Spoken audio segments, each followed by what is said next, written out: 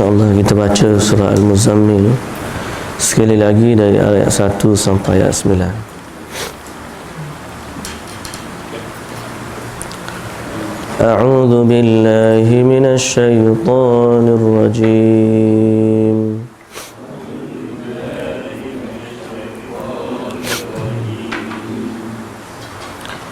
Bismillahirrahmanirrahim.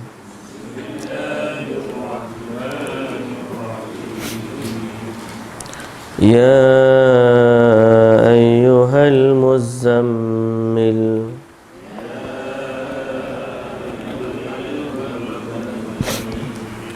qumil layla illa qalila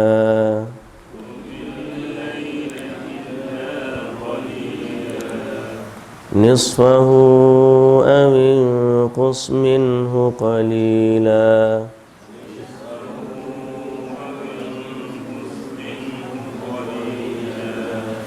أو زد عليه ورتل القرآن ترتيلا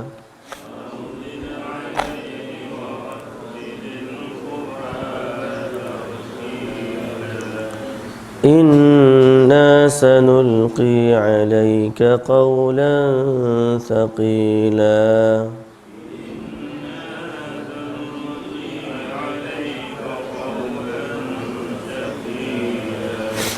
إن ناشئة الليل هي أشد وطئا وأقوم قيلا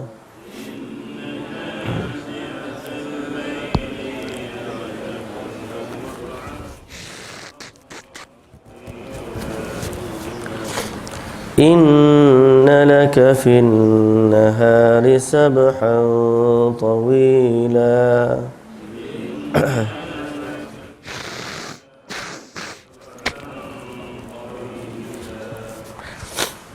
واذكر اسم ربك وتبتل إليه تبتيلا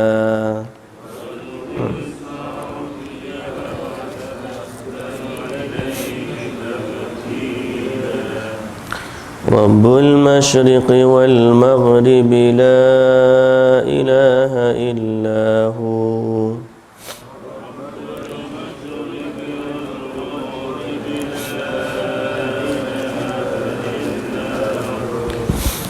لا إله إلا هو فاتخذه وكيلا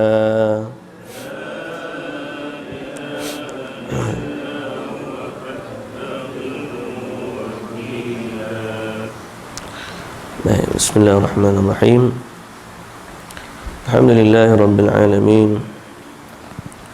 والصلاة والسلام على أشرف الأنبياء والمرسلين نبينا محمد وعلى آله وصحبه أجمعين رب اشرح لي صدري ويسر لي أمري واحلل عقدة من لساني يفقه قولي أما بعد. Kita sambung terjemahan kita pada ayat yang keempat, itulah warattilil Qur'ana tartila. Semalam kita bincang tentang Qiyamul Lail. Maka hari ini sambungan kepada tu, warattilil Qur'ana tartila, dan bacalah Al-Quran dengan tartil, yakni perlahan-lahan.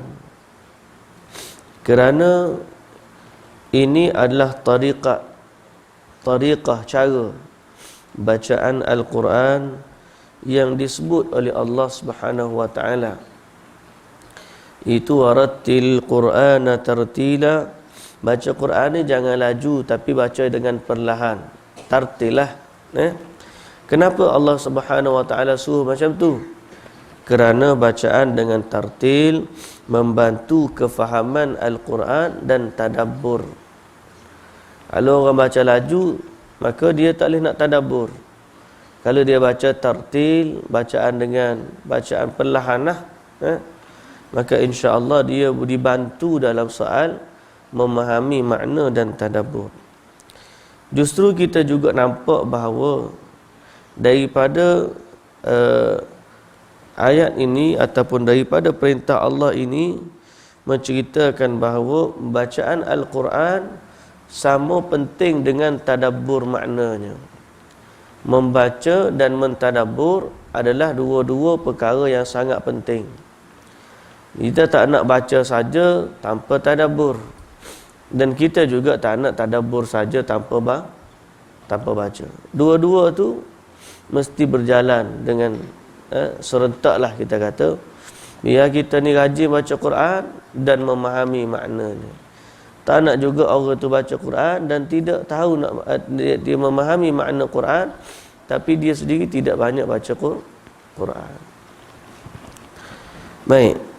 Berkata Aisyah radhiyallahu anha dalam bab ini tentang bacaan Nabi sallallahu alaihi wasallam, kana yaqra'u surah fayurattiluha hatta takuna atwala min atwali min takuna atwal man atwalu minha min atwali minha. Nabi ni membaca surah, lalu baginda membacakan, memanjangkan surah tersebut dari yang paling panjang di antaranya. Dan berkata Anas bin Malik dalam Sahih Bukhari, apabila ditanya tentang bacaan Nabi sallallahu alaihi wasallam, dia berkata Nabi memanjangkan bacaannya. Bismillahirrahmanirrahim. Dia panggil mad. Ya muddu. Kanat maddan. Bacaan Nabi ni mat. Mat tu apa? Mat. Mat asli, mat tabi'i, mat ni panjang lah maknanya. Tidak gopoh bacaan Nabi. Malah Ummi Salamah ditanya tentang bacaan Nabi sallallahu alaihi wasallam. Nabi lalu Ummu Salamah kata kana yaqta'u qira'atahu ayatan. Dia ni yakni Nabi sallallahu alaihi wasallam, dia baca satu ayat demi satu ayat. Tartilnya bacaan Nabi baca satu ayat demi satu ayat. Baik. Termasuklah dalam tartil ialah memperelokkan bacaannya dengan suara, atau memperelokkan suara dalam bacaan. Kerana datang dalam setengah riwayat, zayyinul Qur'ana bi aswatikum, perelokkanlah Al-Quran dengan suara kamu. Dan yang kedua, Nabi kata laisa minna man lam yataghanna bil Quran, tidaklah dari kalangan kami orang yang tidak melagukan Al-Quran. Bacaan maksud lagu ni memperelokkan bacaan dia. Tapi kalau kita ni tak boleh sampai takalluf. Maknanya takalluf tu berlebih-lebih. Kalau kita boleh bacaan kita elok macam tu, bacalah. Tak adalah sampai kita membebankan dengan sesuatu yang kita tak mampu. Mungkin bila kita berlagu tu jadi kohar sumbang. Ada juga orang lagu tu, dia baca lagu tu makin sumbang bacaannya. Quran ni dia tidak takalluf. Qadar yang mana kita boleh baca, tapi Nabi kata bacalah dengan tartil dan perindahkanlah suara. Okey?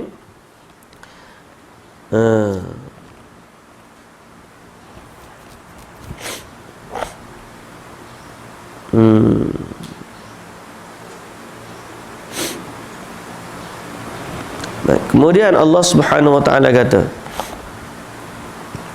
inna sanulqi 'alaika qawlan thaqila, sesungguhnya kami akan menurunkan kepadamu perkataan yang berat. Allah Subhanahu wa taala kata sesungguhnya kami akan menurunkan kepada kamu perkataan yang berat. Yang ni orang yang nak baca Quran, dia kena sedar bahawa yang sedang dia baca perkataan yang sangat berat. Berat sehingga orang nak beramal dengannya mesti kena tahan. Sifat berat tu macam mana? Apakah pada hakikat dia ataupun pada bahasa kiasan? Jawapan dia, dua-dua pun boleh faham gitu. Kerana memang waktu Nabi SAW turun wahyu kepadanya, kita kata kalau zahir ayat Quran tu berat. Kalau kiasan bahasanya beramal dengannya tu beratnya. Nah, beratnya Quran. Berat mana? Berat dan beramal. Jadi dua-dua tu boleh. Dikatakan dia berat untuk beramal, dikatakan Quran tu sendiri bacaannya berat. Dalam riwayat Al-Imam Al-Bukhari kalau tak silap ni, berkata Zaid bin Thabit radhiyallahu anhu, diturunkan Al-Quran atas Nabi sallallahu alaihi wasallam. Pada waktu itu paha Nabi berada di atas pahaku. Tengah turun wahyu, Nabi dengan Zaid bin Thabit duduk dekat-dekat. Paha Nabi masa tu duduk atas paha Zaid bin Thabit. Dia kata tengah turun Quran tu, hampir-hampir patah pahaku. Rasa beratnya Al-Quran yang masa tu bila turun atas Nabi sallallahu alaihi wasallam. Riwayat Imam Ahmad pula dari Abdullah bin Amr, dia tanya Nabi sallallahu alaihi wasallam, "Ya Rasulullah, lagu mana kamu berasa bila wahyu turun? Hal tuhissu bil wahyi?" Apakah kamu rasa wahyu itu turun? Nabi kata apa? Asma'u salasila thumma askutu 'inda dhalik fama min marratin yuha ilayya illa dhanantu anna nafsi tuqbadu. Tafarrada bihi Ahmad. Dia kata, Nabi SAW kata, aku dengar seperti bunyi loceng. Kemudian aku akan diam. Dan dia kata, tidak sekali di saat wahyu turun, aku merasakan nyawaku hampir tercabut. Nabi SAW kata gitu. Tidak sekali je bila wahyu turun, Nabi rasa seolah-olah wahyu ataupun nyawa baginda nak cabut. Itu riwayat Imam Ahmad. Dalam riwayat Al-Imam Al-Bukhari, Aisyah radhiyallahu anha berkata, Al-Harith bin Hisham ditanya Nabi SAW, lagu mana agak datang wahyu kepada Nabi? Nabi jawab, kadang-kadang dia datang seperti bunyi loceng, dan itu adalah yang paling berat ke atasku. Kemudian Nabi terdiam. Nabi akan diam, dan waqad u'itu anhu ma qal. Aku diam, kemudian disampaikan kepadaku apa yang dia nak bagi tahu. Kadang-kadang dia datang dalam bentuk malaikat, dalam bentuk seorang lelaki. Lalu aku pun, dia bercakap kepadaku sehingga aku hafal, aku ingat apa yang dia bagi tahu. Dan dikatakan oleh Aisyah radhiyallahu anha, aku telah tengok Nabi sallallahu alaihi wasallam waktu wahyu turun, fayufsamu anhu wa inna jabinahu la yatafassadu araqa. Waktu tu musim sejuk. Sejuk yang sangat-sangat sejuk.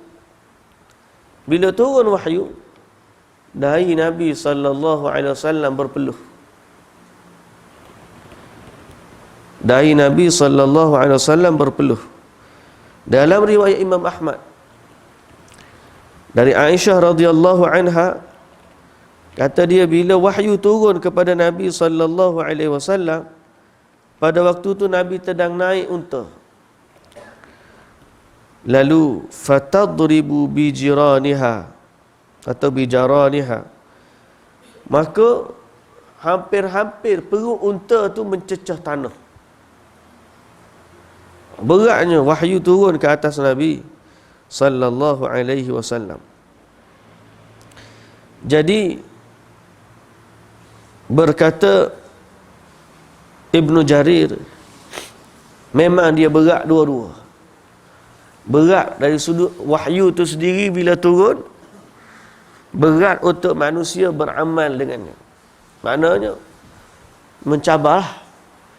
Dan kita yang menanggung Quran ni, memang kita akan banyak cabaran dia lah. Ya, kerana Quran itu sendiri adalah sesuatu yang berat.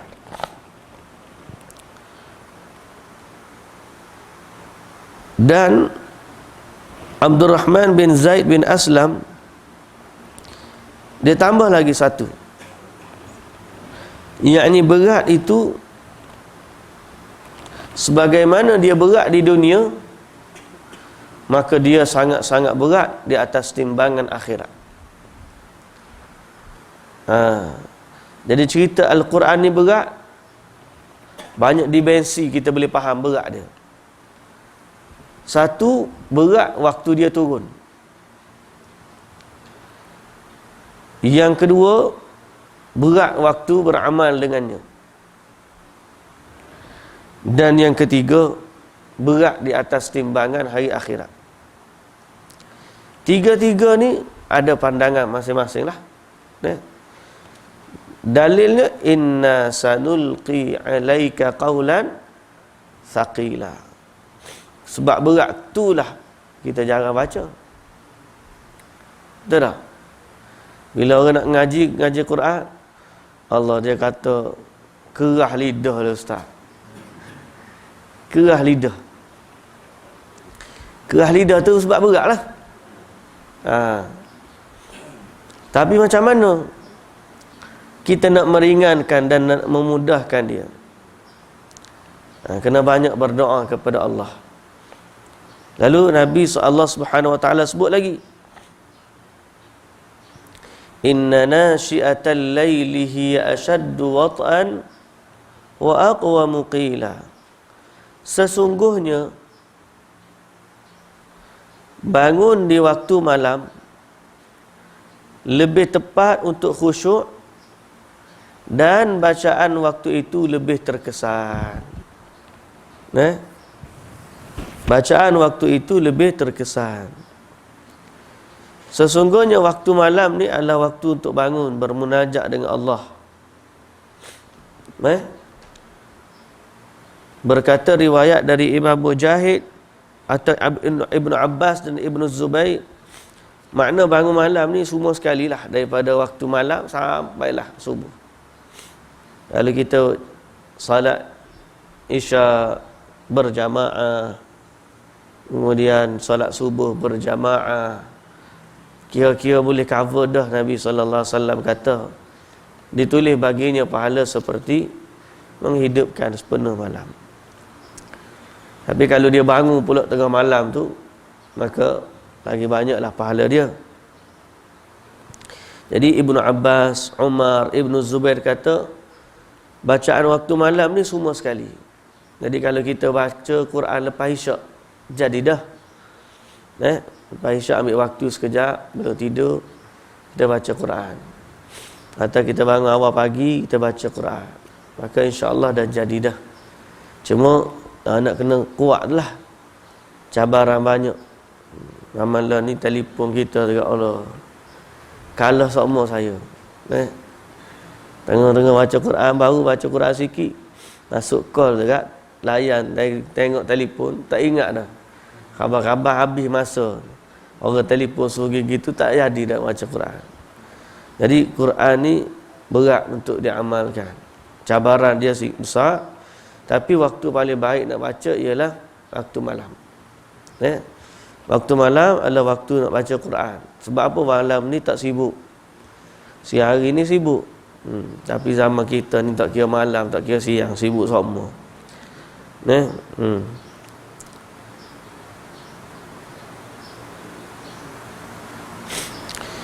nasyi'atal lak inna nasyi'atal laili hiya ashaddu wat'an. Sekarang ni ashaddu wat'an maksudnya lebih tepat, lebih berkesan, lebih apa? Lebih mengetuk. Yakni dia lebih mengetuk antara hati dan lidah, dan dia wa ajma'a 'ala tilawah, dan dia berhimpun dalam bacaan Quran.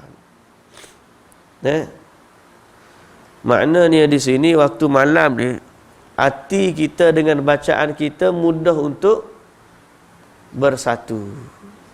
Baca Quran, hati kita pun tenang. Kalau siang hari tengah baca Quran, kepala ni duk mikir ke lain lagi. Setengah-setengah kita ni dia memang mahir baca Quran. Mana Quran dia duk mulut dia je. Kalau dia baca, tutup Quran pun tak apa. Pejam Quran pun, pejam tak tengok pun tak apa. Hak lebih dahsyat lagi, dia tak fikir Quran pun boleh baca. Mulut dia gi je macam orang bawa kereta lepas steering. Lepas steering, tak ada steering pun dia boleh gi jalan straight. Dia mencabar dari sudut mana? Mencabar dari sudut hadirnya hati. Tengah-tengah dia kata aku boleh baca Quran ni, padahal kepala dia duduk di lain. Nah, sebab tu Nabi kata orang baca Quran dia tak mahir dapat 2 pahala. Sebab orang baca Quran dia tak mahir ni, fokus dia lebih daripada orang hak mahir tu. Satu, dia dapat pahala sebab usaha baca. Yang kedua, sebab tak pandai dia tu, dia akan berusaha lebih keras lagi nak baca Quran. Beza kadang-kadang kita ni sambil-sambil baca Quran, setengah-setengah tu sambil mulut baca Quran, boleh layan tengok WhatsApp lagi. Betul tak? Itu bahaya. Sambil-sambil baca Quran, mata nak tengok kiri kanan, mulut baca Quran. Fokus dia kurang. Jadi waktu bila nak fokus ni? Waktu malam. Baca Quran waktu malam lebih terfokus. Baik.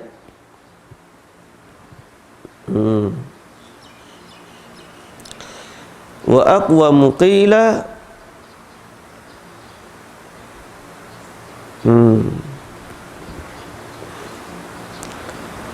lebih mengetuk hati ni, dan lebih bacaan itu waktu lebih berkesan, Inna laka fin nahari sabhan tawila, dan sesungguhnya kamu pada siang hari mempunyai urusan yang panjang dan juga banyak. Memang kerja kita ni banyak siang hari, kerana itu curilah masa waktu pada malam hari. Tapi itulah cabaran kita ni, makin lama makin teruk, makin berat. Sibuk kita pada siang hari, sampai sibuk pun pada malam hari pun sama.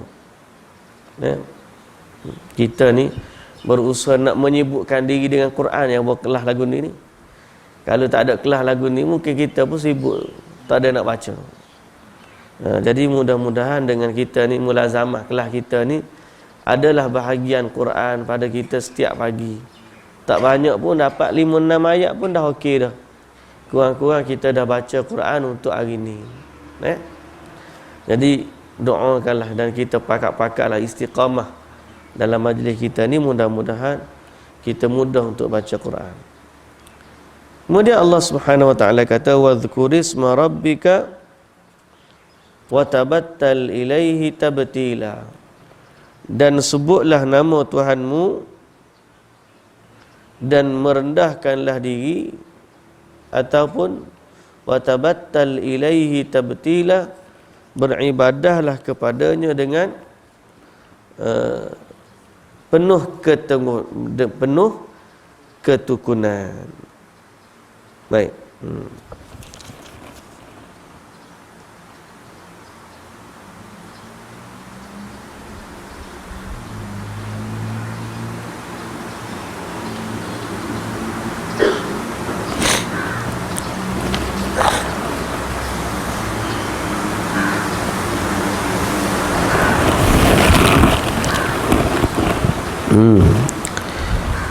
Wa tabattal ilaihi tabtila, ay akthir min dhikrihi wanqati' ilaihi wa tafarragh li ibadatihi idza faraghta min ashghalika wa ma tahtaju ilaihi min umuri dunyaka. Sebagaimana firman Allah, fa idza faraghta fansab. Jadi bila kamu ni waktu siang tu banyak kerja, ada je masa kosong, ingatlah kepada Allah. Terutamanya waktu malam, banyakkan mengingat kepada Allah dan isilah waktu-waktu itu dengan penuh ketekunan beribadah kepada Allah Subhanahu wa ta'ala. Berkata Ibnu Abbas, Mujahid, Abu Salih, Wad-Dhahak, Wasuddi, wa tabattal ilaihi tabtila, ialah ikhlaskanlah kepada Allah itu ibadah. Dia seperti ayat Allah, fa idza faraghta fansab. Apabila kamu lapang, maka tegakkanlah, berdirilah tegak. Yakni bila kamu ada masa lapang, buatlah ibadat kepada Allah Subhanahu wa ta'ala. Baik. Jadi kita berhenti setakat tu dulu. InsyaAllah kita akan sambung pada ayat yang ke-10 besok hari.